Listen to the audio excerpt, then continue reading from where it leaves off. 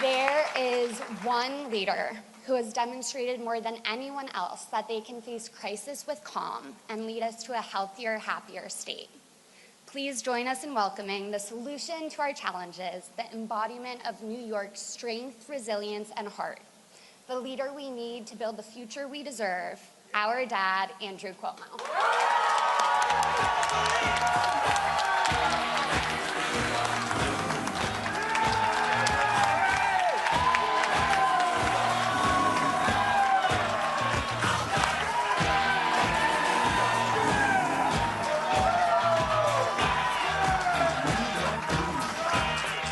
Do we have working men and women in the hall tonight?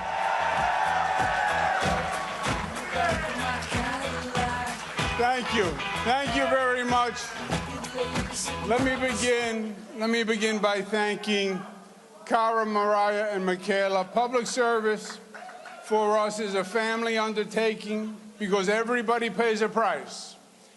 And I want to thank them for giving me the strength, the support, and the love to go forward. I would not do it without them, and I couldn't do it without them. Thank you, Cara, Mariah, Michaela.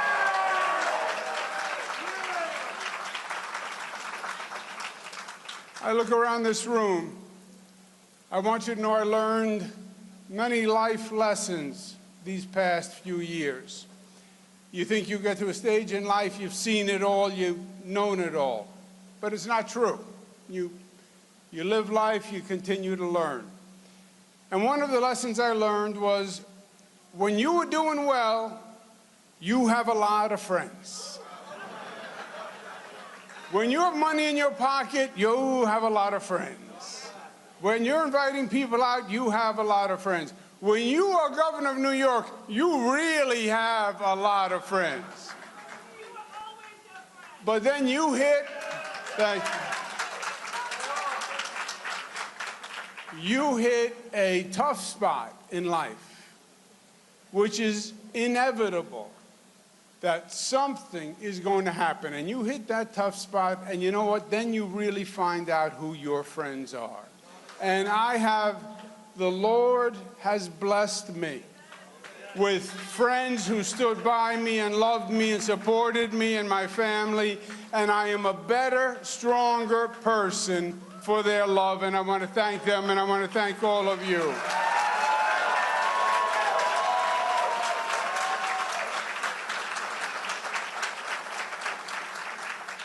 I want to thank the great Assemblyman Eddie Gibbs, who's here from Harlem with our friends from Johnson Houses.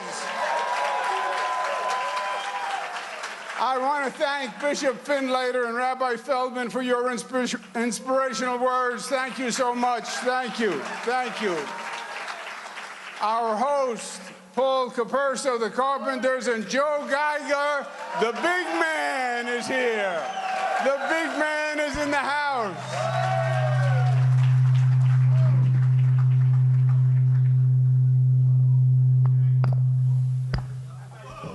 See what you did, Joe? That was the electricians. There are no electricians in the house today. Okay. I want to thank DC9, the Allied Trades.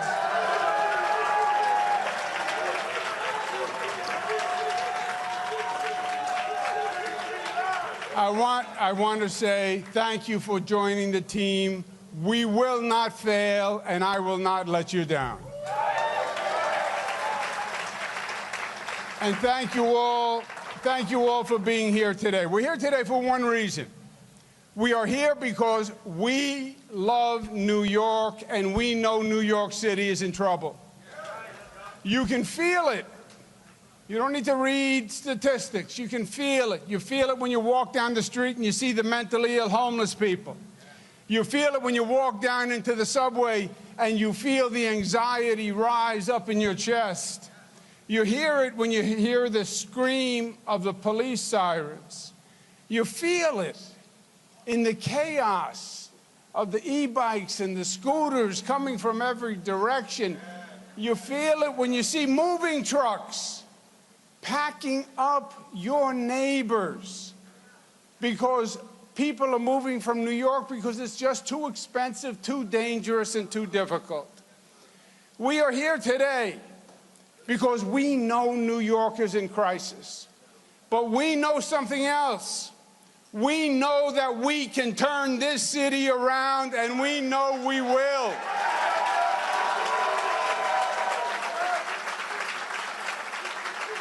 We know the problems.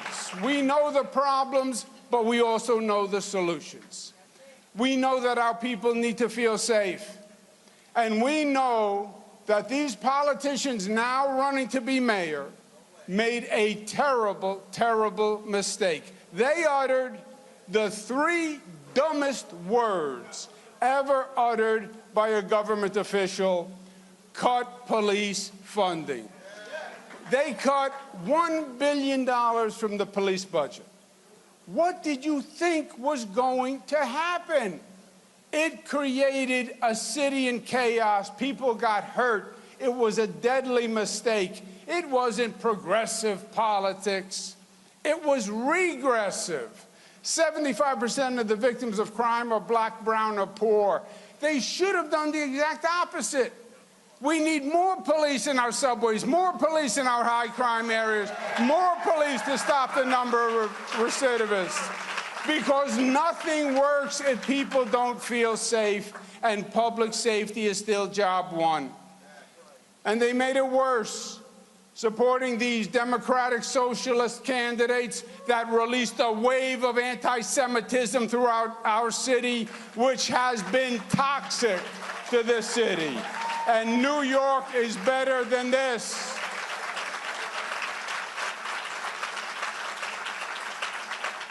We know that allowing dangerously mentally ill people to remain on the streets makes no sense for anyone. New Yorkers believe in doing the right thing. That was my father's expression, God rest his soul. Whenever I would ask him a question, he would say, do the right thing. No matter how complicated the question, the answer was always the same: do the right thing. Why? Because you always know in your gut, you always know in your stomach what the right thing is. And when you walk past a homeless person on the street, you know the right thing is to do something. You know that the caring, the compassionate thing is to do something. And that's what we should be doing for the mentally ill who are on the streets. Get them the help they need. Don't leave them on the street like you would leave garbage. We are better than this. It was never like this before, and it will never be like this again.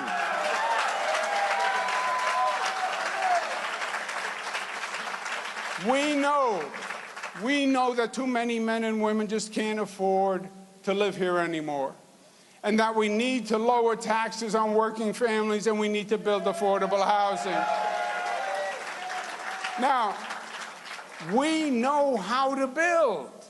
Look around you. We built the greatest city on the planet. We built the Empire State Building in 1 year in the middle of the Great Depression. Don't tell me we don't know how to build.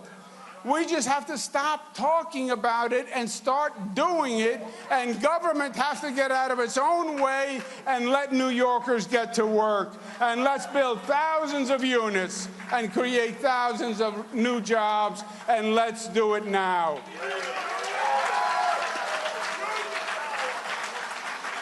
There are going to be union jobs, of course.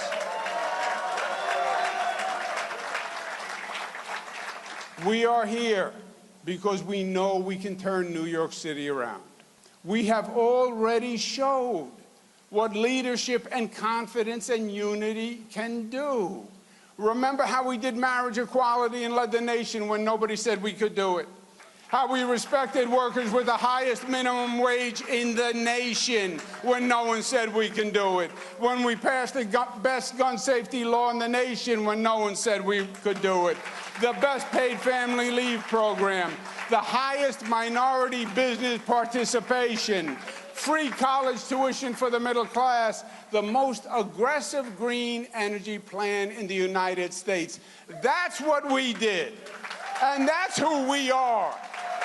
And that's what we're capable of.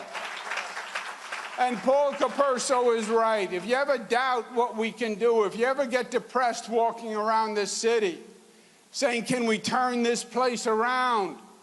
Can we do it? Go look at the new LaGuardia Airport that went from the worst to the best. Go look at the new JFK Airport rising from the ground. Go look at the new Moynihan train station. Go look at the 2nd Avenue subway. Go look at the Mario M. Cuomo Bridge. God bless him. The largest infrastructure project in the United States of America. We know we can do it because we have done it. Government just has to get out of our way. We know we can rise up. And we know we can come back because we are New Yorkers. And we are a special breed as New Yorkers. You have to be to live in this town. We are New York tough. You knock us down, we don't stay down. We get up smarter and stronger than ever before.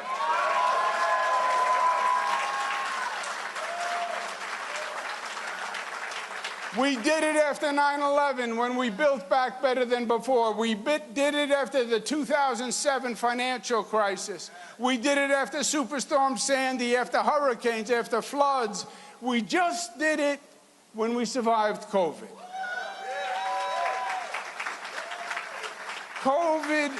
COVID, my friends, was the greatest threat faced in a generation. It was life and death. It was as serious as it gets, and it was as scary as it gets. And New York, we had it first, and we had it worst, and we were on our own. And no one knew what to do. But what did we do? We came together, we stood tall, we stood strong, and we faced the challenge head on. And you know what? The nurses and the doctors, they showed up every day. Were they frightened? Yes. But they were courageous and they were committed, and that's New York. And you know what else? The police showed up every day, and the firefighters showed up, and the ambulance drivers showed up, and the utility workers showed up, and the food workers showed up, and the truck drivers showed up, and the building trade showed up, and everyone did their part. Everyone did their part. Everyone held their position. And we kept this place, this great place running, and we saved lives, and we led the nation. So can we handle this challenge? Can we turn the city around? You are damn right we can. But one more point. Time is short, and we must do it now because things are getting worse. Time is not our friend. And we must do it not just for New Yorkers, because there's something bigger going on right now. We must do it because New York stands for something bigger. It is a national and an international symbol. And at this time, when the nation is searching for its soul, when it is divided as never before, when it's questioning our democratic values, it's questioning the very role of government, it's questioning the balance of power, New York must show the way forward and remind this country of who we are at our best, because it all started here. It all started in New York. This was the epicenter. It is this country's past, and it forecasts our future. New York says that we can't run from each other, but we must run towards each other, that our diversity is not a weakness, but in fact our diversity is our greatest strength, that our city brings people together from all around the world in one place, one dense place, 8 million people on 300 square miles. It is a cauldron of humanity. And we're sharing ideas, and we're celebrating cultures, and we're exchanging experiences, and we have a creative collective energy, and it is forging a community Somos uno. And in that unity is the greatest strength, and no one can divide us, and nothing can stop us.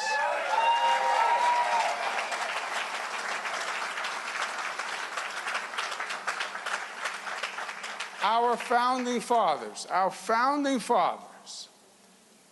said it in 3 words, said everything in 3 words. E pluribus unum. I put it all over the state, in case you haven't noticed. E pluribus unum, out of many, one. That says it all. Come from everywhere. Different colors, different religions, different races, come.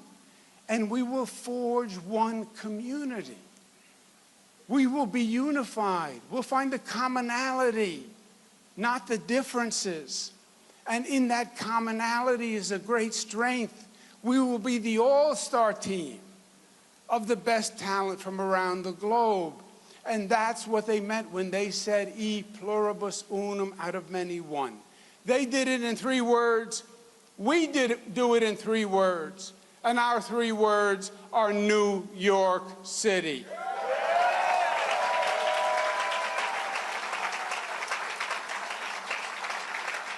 And that, my friends, that is why this city is unique. That is why it is special. That's why people from all around the world wear a T-shirt that says New York City. And when you go up to them and you ask them, have you been to New York City? They say, no. Well, do you plan to go to New York City? No. Well, then why are you wearing the shirt? Because it's New York City. That is what makes us the international phenomenon. That's what is the place that draws people from around the world. That's why we love this city, because it is the heart of the American dream. And that is why this city must not just survive, but thrive. And that is why we are committed to leaving our children a New York that shines brighter and stronger than ever before. And that is why we will do everything we can to fight to save this city. We are not going to let it go down. We are not going to let it decline. We are going to make it better than ever before. Are you ready to join me? Are you ready to save our city? Are you ready to make New York better than ever before? Let's do it. Let's do it together, and let's start now. God bless you, and thank you.